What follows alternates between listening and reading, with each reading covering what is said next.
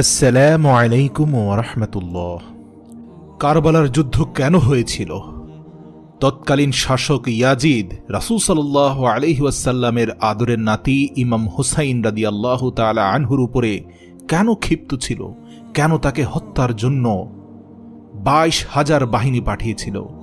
আর কিভাবে শেরে খোদা হযরত আলীর সন্তান ইমাম হুসাইন রাদিয়াল্লাহু তাআলা আনহু একাই 22,000 সেনাদলের বিরুদ্ধে লড়াই করেছিলেন এবং হাজার হাজার সেনাকে নিহত করেছিলেন? আর শেষ পর্যন্ত জালিম শাসক ইয়াজিদের ভাগ্যে কি হয়েছিল? প্রিয় দর্শক, বিনীত অনুরোধ করছি এই ভিডিওটি শেষ পর্যন্ত দেখুন, হৃদয় অন্তরাত্মাকে ঈমানের স্বাদে প্রকম্পিত করুন। হযরত আমিরে মুআবিয়া রাদিয়াল্লাহু তাআলা আনহুর ইন্তেকালের পর তার পুত্র ইয়াজিদের কাছে খেলাফত চলে আসে। ইয়াজিদ খুবই জঘন্য শয়তান প্রকৃতির মানুষ ছিল। সারা রাত সে নারী নিয়ে জানাতে লিপ্ত থাকত আর মদ খেত। ইয়াজিদের হাতে যখন খেলাফত চলে আসে তখন ইয়াজিদ নিজেই বুঝতে পেরেছিল তার মতো বদমাইশকে সিংহাসনে বসিয়ে রাসূল সাল্লাল্লাহু আলাইহি ওয়াসাল্লামের নাতি ইমাম হুসাইন রাদিয়াল্লাহু তাআলা আনহুর মতো বীর কখনোই বসে থাকতে পারে না। আর সে যেহেতু জানতো এই পৃথিবীতে তার একমাত্র শত্রু হচ্ছে শেরে খোদা হযরত আলী রাদিয়াল্লাহু তাআলা আনহুর পুত্র ইমাম হুসাইন রাদিয়াল্লাহু তাআলা আনহু, তাই সে ছলে বলে কৌশলে ইমাম হুসাইন রাদিয়াল্লাহু তাআলা আনহুকে হত্যা করার জন্য কৌশল অবলম্বন করতে লাগল। সে শুরুতে একটি চিঠি লিখল মদিনা মুনাওয়ারার গভর্নর ওয়ালিদ বিন উতলার বরাবর। সেখানে সে বলল, ইমাম হুসাইন রাদিয়াল্লাহু তাআলা আনহু যেন তার ইমানদার সাঙ্গপাঙ্গকে নিয়ে আসে এবং আমি সম্রাট ইয়াজিদের পা ধরে হাত ধরে যেন বায়াত গ্রহণ করে। এমন দাম্ভিকতাপূর্ণ চিঠি পড়ে ইমাম হুসাইন রাদিয়াল্লাহু তাআলা আনহু যথেষ্ট রাগান্বিত হলেন। এদিকে ইমাম হুসাইন রাদিয়াল্লাহু তাআলা আনহু যখন কুফার দিকে রওনা দিলেন ইয়াজিদের মুখোমুখি হওয়ার জন্য, তখনই তার কাছে বিভিন্ন গুপ্তচররা কুফার পরিস্থিতি নিয়ে বিভিন্ন সংবাদ পৌঁছাতে লাগলো। সেই পত্রগুলো ছিল আবেগমাখা। সেখানে বলা হলো, হে রাসূল সাল্লাল্লাহু আলাইহি সাল্লামের নাতি ইমাম হুসাইন, আমরা আপনার অপেক্ষায় আছি। এখানে ইয়াজিদের জুলুম অত্যাচার অনেক বেড়ে চলেছে। আমরা আপনার অপেক্ষায় আছি, আপনার হাতে বায়াত গ্রহণ করব। ইয়াজিদের বায়াতকে কখনোই কবুল করব না। ইমাম হুসাইন রাদিয়াল্লাহু তাআলা আনহু পরিস্থিতিকে ভালো করার জন্য নিজের ভাই মুসলিম বিন ওয়াকিল রাদিয়াল্লাহু তাআলা আনহুকে কুফা শহর পাঠিয়ে দিলেন এবং বললেন সেখানে গিয়ে যেন সেখানকার পরিস্থিতি তিনি দেখেন। তো যখনই মুসলিম বিন ওয়াকিল সেখানে পৌঁছালো, সাথে সাথে কুফার মুসলমানরা এসে তার হাতে বায়াত গ্রহণ করল।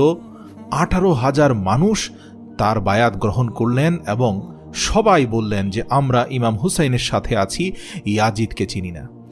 এদিকে ইয়াজিদ যখন জানতে পারল যে মুসা বিন ওয়াকিলের হাত ধরে আমার রাজত্বকে প্রত্যাখ্যান করে তারা নতুন দল কায়েম করছে, সাথে সাথে সে সেই লোকদের উপর অত্যাচার নির্যাতন শুরু করে দিল। আর এই 18,000 মুসলিম অধিকাংশরাই ইমাম হুসাইন রাদিয়াল্লাহু তাআলা আনহুর ভাইয়ের সাথে অর্থাৎ মুসলিম বিন ওয়াকিলের সাথে মুহূর্তের মধ্যে পল্টি নিয়ে বিশ্বাসঘাতকতা করল। এবং খুবই দুঃখজনক হলেও সত্যি যে এই কুফার অধিবাসীরা ইয়াজিদের ভয়ে মুসলিম বিন ওয়াকিলকে নির্মমভাবে হত্যা করল। এদিকে রাসূল সাল্লাল্লাহু আলাইহি সাল্লামের নাতি ইমাম হুসাইন রাদিয়াল্লাহু তাআলা আনহু কুফার দিকে যাচ্ছিলেন, কেননা তার ভাই সর্বশেষ যে চিঠি কুফা থেকে পাঠিয়েছিল সেখানে বলেছিল, ভাইজান এখানের পরিস্থিতি খুবই ভালো, ইতিমধ্যে 18,000 মানুষ আমার বায়াত গ্রহণ করেছে। কিন্তু হযরত ইমাম হুসাইন রাদিয়াল্লাহু তাআলা আনহু যখন খুব কাছাকাছি চলে গেলেন কুফা নগরীর, তখন তিনি জানতে পারলেন তার ভাইকে নির্মমভাবে বিশ্বাসঘাতকেরা হত্যা করেছে। এটি জেনে তিনি কান্নায় ভেঙে পড়লেন। ইতিমধ্যে ইয়াজিদের একটি বাহিনী এসে তাদেরকে বাধা দিল, কিন্তু ইমাম হুসাইন রাদিয়াল্লাহু তাআলা আনহুর বীরত্বের সামনে খুব বেশি পরিমাণে শক্ত হয়ে দাঁড়াতে পারল না। ইমাম হুসাইন রাদিয়াল্লাহু তাআলা আনহু কৌশল করে রাস্তা পরিবর্তন করে পুনরায় আবার কুফার অভিমুখে রওনা দিলেন। আর যেতে যেতে তারা এমন একটি সমতল ময়দানে পৌঁছে গেলেন যে জায়গাটির নাম হচ্ছে কারবালা।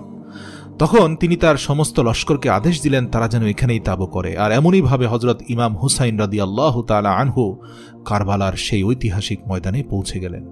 কিন্তু ওই দিকে যখন ইয়াজিদ জানতে পারল যে তার ছোটখাটো বাহিনী কোনোভাবেই হুসাইন রাদিয়াল্লাহু তাআলা আনহুর সামনে দাঁড়াতে পারছে না, তখন সে 22,000 সেনাবাহিনীর এক বিশাল লস্কর বাহিনী পাঠিয়ে দিল শুধুমাত্র ইমাম হুসাইন রাদিয়াল্লাহু তাআলা আনহু এবং তার সাথে থাকা 82 জন সৈনিকের মোকাবেলার জন্য। ভাবা যায় ৮২ জন মানুষের বিরুদ্ধে ২২,০০০ সেনার সৈন্যদল, অর্থাৎ ইমাম হুসাইনের বাহিনী থেকে ১০০ গুণেরও বেশি। কিন্তু মজার ব্যাপার, এই ২২,০০০ সৈন্য কারবালার ময়দানে এসে তাঁবু গেড়েও তাদের মনোবল ঠিক রাখতে পারল না। শেষ পর্যন্ত তারা বুঝতে পারল যে ইমাম হুসাইনকে কখনোই সামনে থেকে হারানো সম্ভব নয়, কেননা তিনি হচ্ছেন শেরে খোদা হজরত আলীর পুত্র। তো তারা কি করল, যেহেতু কারবালার একমাত্র পানির উৎস ছিল ফোরাত নদী, তাই তারা ফোরাত নদীর পানি সরবরাহ বন্ধ করে দিল। এদিকে হজরত ইমাম হুসাইন রাদিয়াল্লাহু তাআলা আনহুর দলের মানুষেরা তো পিপাসার কষ্ট সহ্য করতে পারবে, কিন্তু সেখানে যে ৬ মাসের শিশু এবং নারীরা রয়েছে, তারা কি করে এই কষ্ট সহ্য করবে? উত্তপ্ত মরুভূমির বুকে পানি না খেয়ে কয়দিন বেঁচে থাকা যায়? তো সেজন্য তাদের পরিস্থিতি আস্তে আস্তে সংকটময় হয়ে গেল। এদিকে ৯ মুহররমের দিন আসলো, তখন ইমাম হুসাইন রাদিয়াল্লাহু তাআলা আনহু বুঝতে পেরেছিলেন যে ইয়াজিদ এবং তার বাহিনীদের উদ্দেশ্য হচ্ছে শুধুমাত্র রাসূল সাল্লাল্লাহু আলাইহি ওয়াসাল্লামের আদরের নাতিকে হত্যা করা, শহীদ করা, এছাড়া ইয়াজিদের আর কোনো উদ্দেশ্য নেই। তাই হযরত ইমাম হুসাইন রাদিয়াল্লাহু তাআলা আনহু রাতের অন্ধকারে ৯ তারিখ ৯ মুহররমে সকল সাথীদেরকে একত্র করে বললেন, আমি জানি তোমরা আমার চেহারার দিকে তাকিয়ে পিছন ফিরে যেতে পারবে না, তাই আমি এই বাতিটি বন্ধ করে দিচ্ছি অন্ধকারে, যাতে তোমরা আমার চেহারার দিকে না তাকাও। দয়া করে তোমরা সবাই চলে যাও, আমার জন্য তোমাদের জীবনকে এখানে উৎসর্গ করতে যেও না। তাদের উদ্দেশ্য শুধু আমি একাই এই ২২,০০০ সৈন্যের বিরুদ্ধে লড়াই করব। তোমরা তোমাদের সন্তানদেরকে নিয়ে ফিরে যাও, এই লড়াই তোমাদের নয়, এটা আমার। তো তিনি বাতি বন্ধ করে ২ ঘন্টা অপেক্ষা করার পর পুনরায় বাতি জ্বালিয়ে দেখলেন এদের একজনও সরে যায়নি। প্রত্যেকে ইমাম হুসাইন রাদিয়াল্লাহু তাআলা আনহুর দিকে তাকিয়ে হু হু করে কান্নাকাটি করছে। ইমাম হুসাইন রাদিয়াল্লাহু তাআলা আনহুর চোখের পানি আটকাতে পারলেন না, আর তারা প্রত্যেকে ইমাম হুসাইন রাদিয়াল্লাহু তাআলা আনহুর হাত শক্ত করে ধরল এবং বলল, ইয়া ইমাম হুসাইন, আপনি হচ্ছেন শেরে খোদা আলীর পুত্র, আপনি হচ্ছেন রাসূল সাল্লাল্লাহু আলাইহি ওয়াসাল্লামের আদরের নাতনি। আমরা কি করে আপনাকে ছেড়ে এভাবে চলে যাব? এই দুনিয়ার জিন্দেগি কি সব? এরই মধ্যে কথা বলতে বলতে হঠাৎ করে তীর এসে ইমাম হুসাইন রাদিয়াল্লাহু তাআলা আনহুর ৬ মাসের শিশু সন্তানের বুকে ঢুকে গেল এবং চোখের সামনে নিজের দুগ্ধ পুষ্য সন্তানের মৃত্যু দেখে ইমাম হুসাইন রাদিয়াল্লাহু তাআলা আনহু হু হু করে কেঁদে উঠলেন। তখন ইয়াজিদ বাহিনী একের পর এক তীর বর্ষণ করতে লাগল। হযরত আব্বাস ইমাম হুসাইন রাদিয়াল্লাহু তাআলা আনহুর সামনে ঢাল হয়ে গেলেন এবং এক পর্যায়ে তীর এসে হযরত আব্বাসের পিঠ ঝাঁঝরা করে দিল। ইমাম হুসাইন রাদিয়াল্লাহু তাআলা আনহু আস্তে আস্তে সামনের দিকে অগ্রসর হলেন এবং ফোরাত নদীর কাছে চলে গিয়ে সেখান থেকে পানি নিলেন এবং তিনি পানি পান করলেন। তারপর বীর দর্পে হুঙ্কার দিয়ে বললেন, কে আছো সামনে অগ্রসর হও। ২২,০০০ সেনাদলের মধ্যে অতি উৎসাহী ২-৩০০ সেনাদল দৌড়ে গেল, যারা আসলে চাইছে ইয়াজিদের কাছ থেকে পুরস্কার নিতে, এবং তারা ইমাম হুসাইন রাদিয়াল্লাহু তাআলা আনহুর কাছাকাছি এসে বুঝতে পারল যে তারা আসলে কার সামনে এসেছে। ইমাম হুসাইন রাদিয়াল্লাহু তাআলা আনহু ছিলেন শেরে খোদা, আল্লাহর সিংহ হযরত আলীর পুত্র। তিনি একাই এই ৩৫০ সৈন্যের প্রত্যেককে নিহত করলেন এবং এই দৃশ্য দেখে যে ২২,০০০ সেনাদল ছিল পিছনে, এদের কেউ আর এক পাও সামনে অগ্রসর হওয়ার চেষ্টা করল না।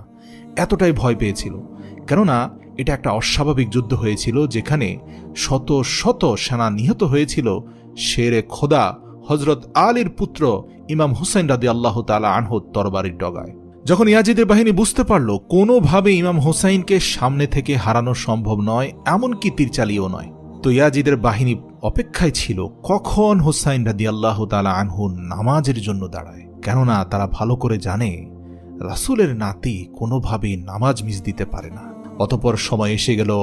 আসরের সময় আসা মাত্র যুদ্ধের ময়দান থেকে একটু আড়ালে একটি গুহার পাথরের উপরে উঠে ইমাম হুসাইন রাদিয়াল্লাহু তাআলা আনহু আসরের সালাতের নিয়ত বাঁধলেন এবং কিছুক্ষণের মধ্যেই তিনি সিজদায় গেলেন। এইদিকে ইয়াজিদের বাহিনীর এক নিকৃষ্ট বীর যোদ্ধা, তার নাম ছিল শিমার বিল জশান, সে ইমাম হুসাইন রাদিয়াল্লাহু তাআলা আনহুর গর্দানের উপর সজোরে তরোয়াল দিয়ে আঘাত করে তার মাথাকে শরীর থেকে আলাদা করে দিল। ইন্না লিল্লাহি ওয়া ইন্না ইলাইহি রাজিউন। হযরত ইমাম হোসেনকে শহীদ করার পর ইয়াজিদের বাহিনী তার মাথা মোবারক নিয়ে সমস্ত কুফা শহরে ঘুরেছিল, নৃত্য করেছিল। তারা বলতে লাগলো, দেখ মুহাম্মদের আদরের নাতির মাথা দেখ, আমাদের কাছে মাথা নত না করলে তোদেরও পরিণতি এরকম হবে। তার মতো বীরের গর্দান নিয়ে এসেছি, তোদের গর্দান নিতে সময় লাগবে না। শেষ পর্যন্ত কারবালার এই দুঃখ ভরা যুদ্ধে ইমাম হুসাইনের বংশের মধ্যে শুধুমাত্র একজন ছেলে বেঁচে ছিল, তার নাম ছিল হযরতে জয়নুল আবেদিন। তারপর হযরত ইমাম হুসেন রাদিয়াল্লাহু তাআলা আনহুর ঘরের সমস্ত মেয়েদেরকে কয়েদি বানিয়ে নিকৃষ্টভাবে অপমান করে কুফার রাস্তায় হাঁটানো হয়েছিল। আর এই দৃশ্য দেখে কুফার মানুষদের অন্তরে প্রচণ্ড ঘৃণা জন্ম নিয়েছিল ইয়াজিদের ব্যাপারে। সবাই বলতে থাকলো, ঠিক আছে, বুঝতে পারলাম ইয়াজিদ তার ক্ষমতা টিকিয়ে রাখার জন্য ইমাম হুসেন রাদিয়াল্লাহু তাআলা আনহুকে শহীদ করেছে, কিন্তু রাসূল সাল্লাল্লাহু আলাইহি সাল্লামের বংশের নারীদের এ কেমন অপমান।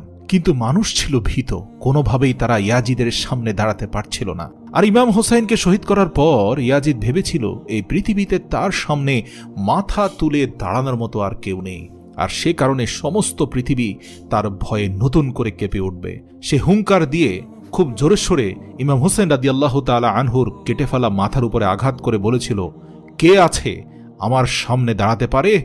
এই পৃথিবীর একচ্ছত্র অধিপতি হয়ে যাব আমি। প্রিয় দর্শক, এবার আপনাদেরকে জানাবো এই পৃথিবীর একচ্ছত্র অধিপতি ইয়াজিদের কি পরিণতি হয়েছিল। ইতিহাস বলে, যখন ইয়াজিদ ইমাম হুসাইন রাদিয়াল্লাহু তাআলা আনহুকে হত্যা করে ফেলল, তখন সে এটি ভাবছিল যে এমন অত্যাচারের পর আরবের সমস্ত মানুষ আজীবনের জন্য তার বায়াত কবুল করে নিবে, ভয়ে হোক, ইচ্ছায় হোক, অনিচ্ছায় হোক, যে কোনোভাবে তার সামনে মাথা নত করে রাখবে।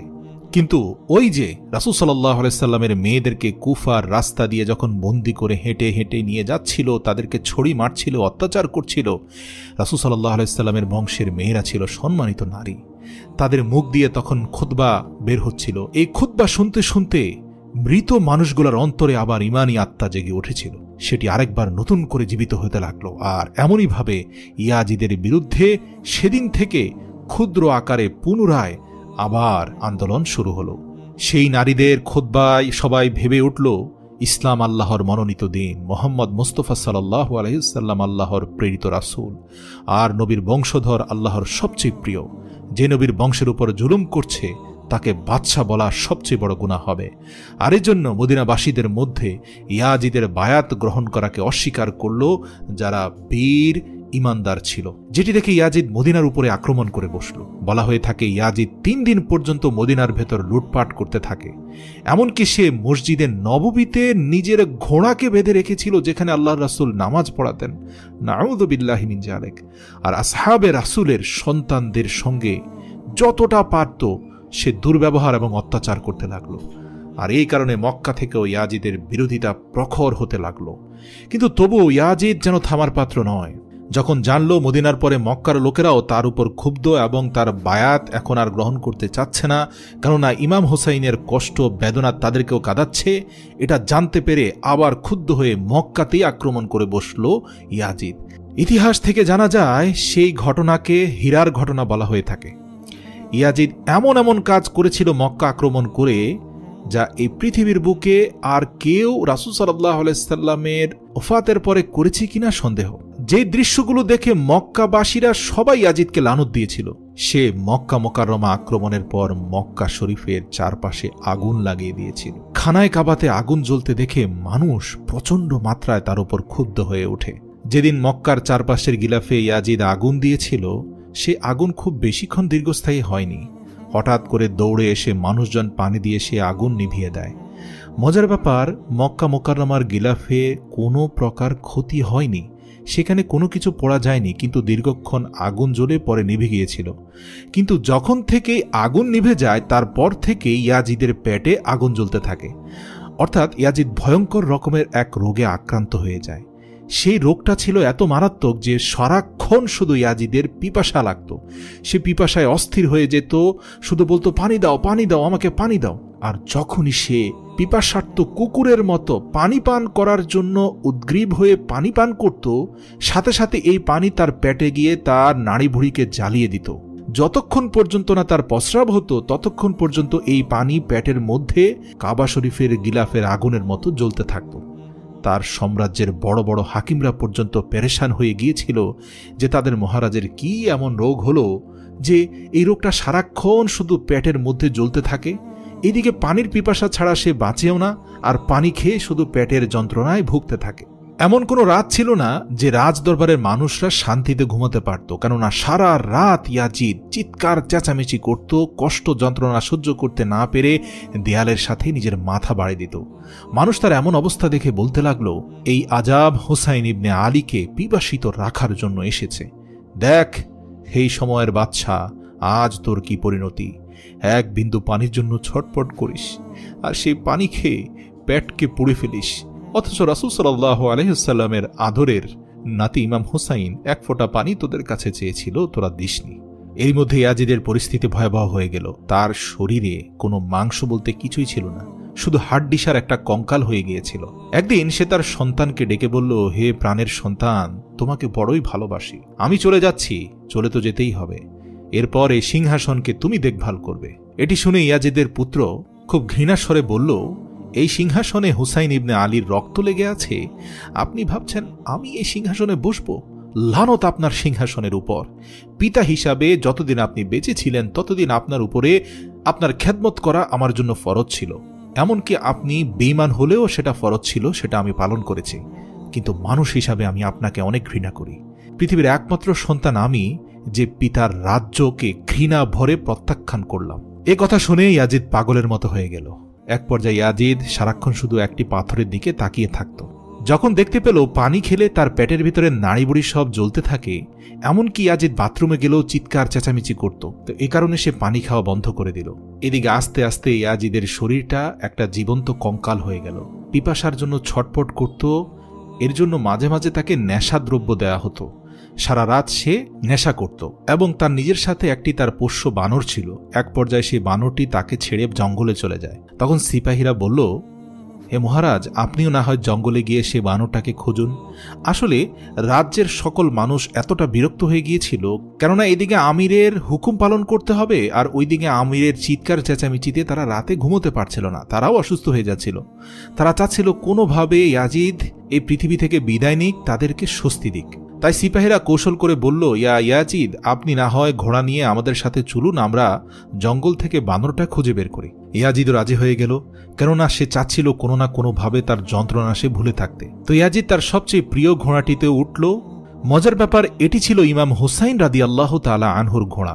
ইমাম হুসাইন রাদিয়াল্লাহু তাআলা আনহুর শরীর থেকে গর্দানকে আলাদা করার পর তার ঘোড়াটি কেড়ে এনে সীমার ইয়াজিদের হাতে তুলে দেয়।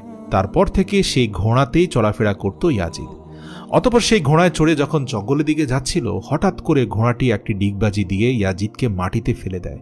কিন্তু মজার ব্যাপার, ইয়াজিদের পায়ের মধ্যে ঘোড়ার একটি রশি খুব শক্তভাবে বাঁধা ছিল, আর যেহেতু ঘোড়া কোনোভাবেই তার দৌড় থামাচ্ছিল না, এর ফলে পড়ে যাওয়া ইয়াজিদ মাটির সাথে ঘর্ষণ খেতে খেতে ছেঁচড়ে মেচড়ে চলে গেল। এমনকি পাথরের উপরে এমন পরিস্থিতি হলো যে ইয়াজিদের হাত ৮-১০ টুকরো হয়ে বিভিন্ন স্থানে রয়ে গেল। মাথাটা ঘর্ষণের ফলে এমন পরিস্থিতি হয়েছিল যে পরবর্তীতে তার দিকে তাকিয়ে ঠিক বোঝা যাচ্ছিল না যে মাথার কোন দিকে নাক এবং মুখ রয়েছে আর কোন দিকে চুল রয়েছে। কিন্তু সেই ঘোড়া কোনোভাবে তার দৌড় থামালো না। ইতিহাসের পাতা থেকে জানা যায়, ইয়াজিদের সিপাহীরা যখন ইয়াজিদের লাশকে দেখেছিল, তখন তারা নিজের মুখেই বলতে লাগলো, হুসাইন ইবনে আলীর রক্তের আসল সাজা এটি। আর এমনই করে পৃথিবীর ইতিহাসের সবচেয়ে নিকৃষ্ট শাসকের মৃত্যু হয়ে গেল। মজার ব্যাপার, এই ইয়াজিদের কবর কোথায় আছে, মৃত্যুর পর তার লাশের সাথে কি হয়েছিল নাকি কাকে খেয়েছিল, এর কোনো হদিস পাওয়া যায় না। বলা হয়ে থাকে সিরিয়ার দামেস্কের মাদুলের রাস্তাঘাটের কোথাও না কোথাও ইয়াজিদের লাশের খণ্ডাংশগুলো ছড়িয়ে ছিটিয়ে রয়েছে, কিন্তু নির্দিষ্ট কোনো কবর নেই। আর এদিকে আল্লাহর সিংহ হযরত আলী রাদিয়াল্লাহু তাআলা আনহুর সন্তান ইমাম হুসাইন রাদিয়াল্লাহু তাআলা আনহুর কবর কারবালাতে আজও চমকাচ্ছে। আজও সেখানে উজ্জ্বল প্রদীপের মতো সেই কবর দেখা যাচ্ছে। মানুষ সম্মানের সাথে সেদিকে তাকায়। আজও ইমাম হুসাইনের বীরত্ব পৃথিবীর সকল বীরদের কাছে এক আদর্শ হয়ে আছে। পৃথিবীর সকল সেনানায়করা ইমাম হুসাইনকে নিজের আদর্শ ভাবে। মনে রাখবেন, শক্তির জোরে কুফুরের শাসন প্রতিষ্ঠিত হতে পারে, কিন্তু এই জুলুমের শাসন কখনোই দীর্ঘস্থায়ী হয় না। আর আল্লাহ ইয়াজিদের মৃত্যুতে এই বার্তা পাঠিয়ে দিলেন যে এই জমিনে যে বেশি জুলুম করবে তার পরিণতি ইয়াজিদের মতোই করুণ হবে।